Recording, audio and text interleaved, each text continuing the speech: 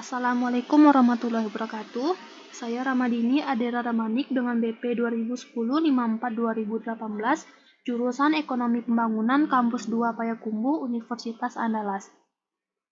Baiklah, pada video kali ini saya akan menjelaskan materi mengenai analisis pengaruh inflasi, pertumbuhan ekonomi terhadap pengangguran di Sumatera Barat, periode tahun 2003 sampai dengan tahun 2022. Materi pertama yaitu pendahuluan, di mana ada inflasi, pertumbuhan ekonomi, dan pengangguran. Inflasi merupakan suatu keadaan meningkatnya harga-harga barang secara umum dan berlangsung secara terus-menerus pada suatu periode tertentu. 3 indikator yang sering digunakan untuk mengukur tingkat inflasi adalah indeks harga konsumen.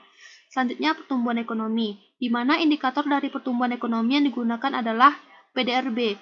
PDRB ini merupakan indikator penting untuk mengetahui kondisi ekonomi di suatu daerah dalam suatu periode tertentu, baik atas dasar harga berlaku maupun atas dasar harga konstan. Selanjutnya, pengangguran, di mana angka pengangguran yang rendah dapat mencerminkan pertumbuhan ekonomi yang baik, serta dapat mencerminkan adanya peningkatan kualitas taraf hidup penduduk dan peningkatan pemerataan pendapatan. Oleh karena itu, kesejahteraan penduduk meningkat. Selanjutnya, yaitu metode penelitian, di mana penelitian ini menggunakan pendekatan kuantitatif dengan menggunakan angka, dan data yang digunakan merupakan data sekunder. Metode yang digunakan dalam penelitian ini adalah metode SEM. Tahapnya yaitu melakukan uji stasioner dengan level, dan tidak stasioner maka menggunakan uji stasioner pada referen, dan terkointegrasi maka lanjut menggunakan FSCM. Di mana persamaannya yaitu delta pengangguran tahun 2003 sampai dengan tahun 2022 sama dengan alfa 0 ditambah gamma delta inflasi ditambah gamma delta pertumbuhan ekonomi ditambah error time. Selanjutnya yaitu hasil dan pembahasan. Dari data di samping dapat dilihat bahwa uji stasioner variabel menggunakan level I0. Syarat uji stasioner ini dengan level yaitu mutlak statistik besar dari critical value, di mana secara parsial yaitu mutlak statistik kecil dari critical value, di mana nilai statistik pengangguran 1156 kecil dari nilai critical value. Pada inflasi, mutlak statistik kecil dari critical value, di mana nilai inflasi 3509 kecil dari critical value. Pada pertumbuhan ekonomi, mutlak statistik kecil dari critical value, di mana nilai pertumbuhan ekonomi 2856 kecil dari critical value. Jadi pada uji stasioner ini, pada level menggambarkan variabel tidak stasioner karena nilai mutlak statistik kecil dari critical value. Dengan tidak stasioner pada level maka menggunakan first difference. Selanjutnya yaitu menggunakan data uji stasioner pada difference I1. Dilihat dari data di samping, uji stasioner variabel menggunakan first difference I1. Di mana syaratnya yaitu uji stasioner dengan first difference mutlak statistik besar dari critical value, di mana secara parsial yaitu pada pengangguran mutlak statistik besar dari critical value, di mana nilai statistik pengangguran 4833 besar dari nilai critical value.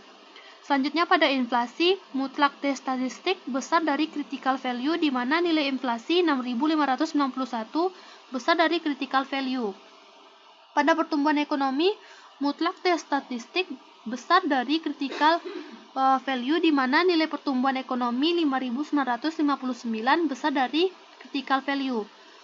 Variabel pengangguran, inflasi, dan pertumbuhan ekonomi stasioner pada first difference dengan derajat integrasi yang sama yaitu I1. Selanjutnya dilihat pada data di samping, uji regresi kointegrasi dengan syarat T statistik kecil dari critical value.